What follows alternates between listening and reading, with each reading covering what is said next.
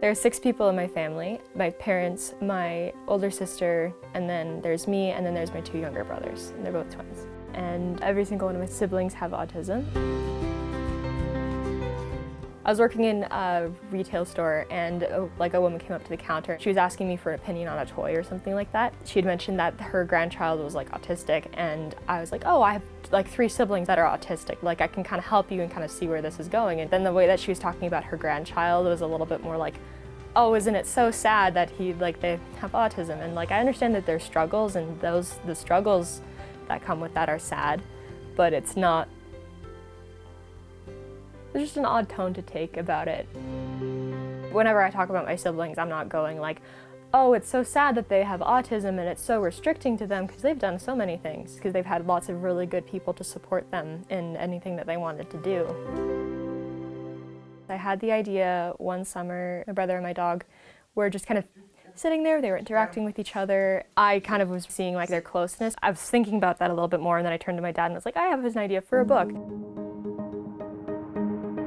Originally it was going to be longer, and then I couldn't quite get it right, so I just kind of put it on the back shelf, and then I picked it up again when I had a creative writing class, and we had to make a children's book as an assignment. It had to teach a lesson. I was thinking about it, and I remembered this little story idea, and I was like, okay, the lesson could be autism acceptance and building a relationship with them. My name is Tou Tou. I am a dog. I am part of a big family of people and animals. I do my best to protect them, even the cats. This is Max. He is my favorite human. This wasn't always the story, though. It wasn't easy.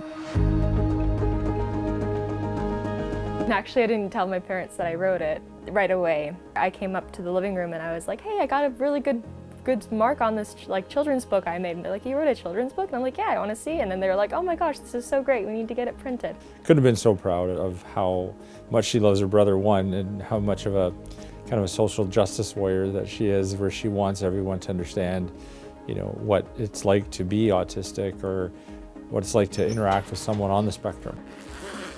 So with the perspective of the dog, it's to not see people for the labels that they have, but as they are, and having who they are as a person be why their relationship is strong and why the relationship exists in the first place. The dog isn't trying to fix Max, but just accepting him for who he is. What I hope that they get from the book is that autism isn't a hindrance. It's definitely something that you have to factor in, but it's not something stopping people from having relationships with another person.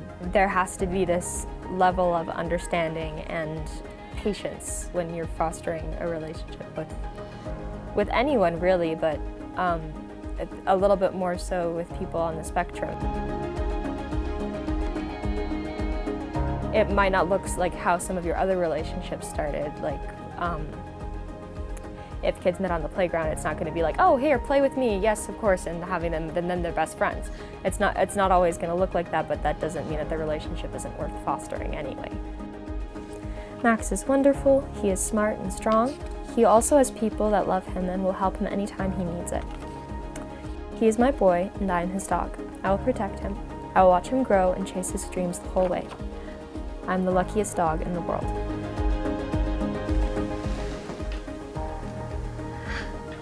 Stay. Go.